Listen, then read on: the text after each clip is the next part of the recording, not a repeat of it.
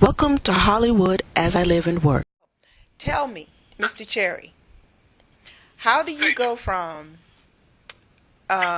professional football, NFL, to directing? Or did you always have a desire to direct? Or? No, I actually didn't. I always knew I wanted to work in entertainment, but I didn't know what. I went to school at the University of Akron. I had a football scholarship, but I was always pretty good with school and grades and stuff. And I had a double major, I graduated a double major and a minor. My major was media production and radio TV. And my minor was marketing. And when I got done playing, I kind of gave myself a 3-year plan, and because I noticed that a lot of guys on the team I was with, the Jacksonville Jaguars, my rookie year, and we had a lot of receivers, and that was a position that I played, who were in their 30s. It just really didn't seem like they had a good life. And I told myself, like, if I feel like I couldn't make it, within that 3-year span, I was just going to get out of it and get into LA, because I didn't want to be 30 plus years old just getting my start and having to kind of basically start from scratch and be a PA, whatever. So I moved out here and started PAing and met some people and kind of got interested in directing that way, just by being on set. There are different things that you can do on a set, but what was it about directing that called you? Well, it was interesting because I was really lucky. When I first came to LA, one of my friends, her name is Teresa Lee Montgomery, she told me about this program, this nonprofit program called Streetlights. Yep. That basically was, basically a nonprofit organization, and they have like relationship with different commercial production companies, and what they do is they pretty much kind of like train you as a production assistant and kind of help you get your first couple of jobs in the commercial world. And I did that, and then I got lucky enough to do enough good work where I was interviewed for a position as a set PA on the TV show Girlfriends. When the show got canceled, I went on to work on Heroes, and the diversity on that show was way different and really more like real life, where really were a few minorities behind the scenes. But it was weird because 3 out of their 20 some odd episode season, 3 or 4 of the episodes were directed by African American people. And like it just was it was crazy because I never thought, I was like, okay, Girlfriends, it makes sense. It's a black show, black showrunner. I was like, damn, they got brothers shooting heroes. Like, that's when I was really like, damn, maybe this is a real possibility. And I just asked my former, the person that hired me on Girlfriends, she was the second AD, her name was Heidi McGowan, just asked her what could she see me doing? And she said directing, and that coupled with actually seeing people do it, I just was like, all right, cool, I'm directing. Okay.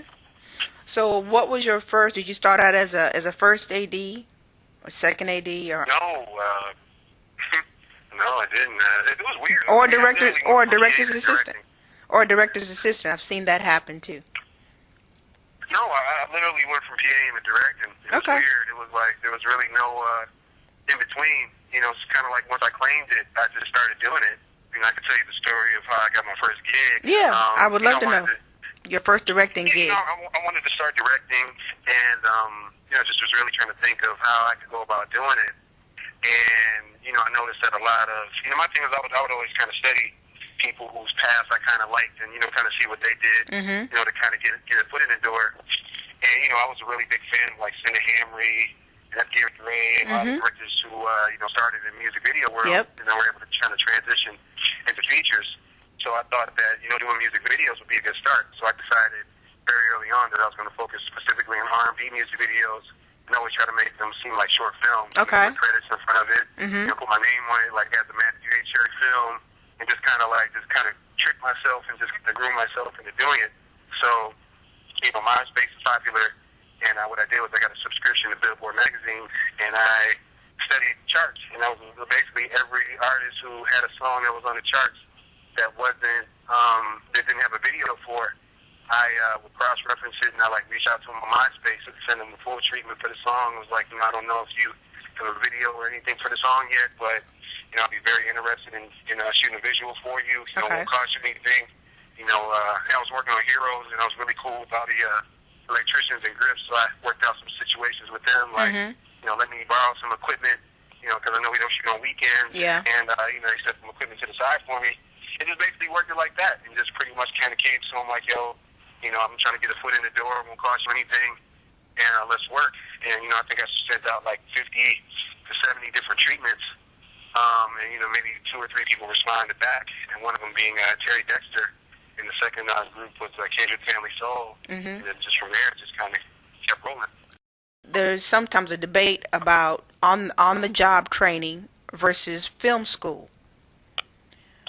Which, in your experience, because I know you have a background in media production, but there are some people who would rather you go to film school and do it that way. What is your response to that? Honestly, the whole film school thing, sometimes I get a little jaded because I feel like, a lot of times I feel like, when it comes to dealing with the festivals and their submissions, it seems like a lot of it is just kind of already pre-set up and predetermined, and it's like way harder. I found, to even get people to take you serious or to even give you a look, if you don't have like that NYU behind your name or went through like a film independent lab and things of that nature, and so I don't knock it. I think it's great. I think the ultimate goal, if you do go to film school, is to make a film and to use their equipment to actually, do something that you can have to prove your work. But, I don't think there's a right or wrong way. My path, I was never given anything, and I never had, the big money like that where I could just, go and do a USC film school thing or NYU or anything. And, I played football out of college, so, my years were kind of, I didn't want to be in my 30s just trying to start off, so it just made sense to just get right into it. So what was, as far as your first directing experience, what was your first major challenge as a director? It was just really just figuring out the process, and I'm very observant. Even when I was PAing on Girlfriends and Heroes and everything else, I would always just kind of watch and see what other directors did. And it was just really more a matter of just kind of finding your comfort zone and just kind of seeing, the type of director that I wanted to be. And I always kind of leaned a little bit more towards, I guess you would say, actor friendly, because I would always be very, talkative with the artists and just, really trying to say the right things to kind of evoke, that right performance. So, I would say the challenge was just really just a matter of getting comfortable with it and just being familiar with a lot of the jargon and the speak and everything like that, which you would learn in the film school. Okay. The fast forward now, your newest project. Tell me about your newest project, because it does kind of stem from your personal experience to a degree. So tell me about it and where you want it to go. It's called The Last Fall.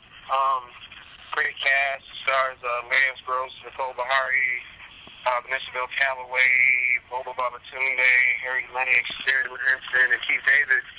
And, it's just, it's a story that I felt like needed to be told.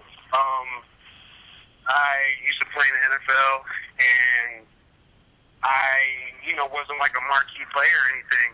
And I played for those 3 years, and my experience was far from glamorous, and majority of players really struggle, and you make a decent little bit about a decent amount of money, nothing amazing or anything, especially a lot of times when you're a rookie coming in, and it was just I just kind of wanted to do something that was personal and something that would kind of educate and hopefully kind of break some of the stereotypes.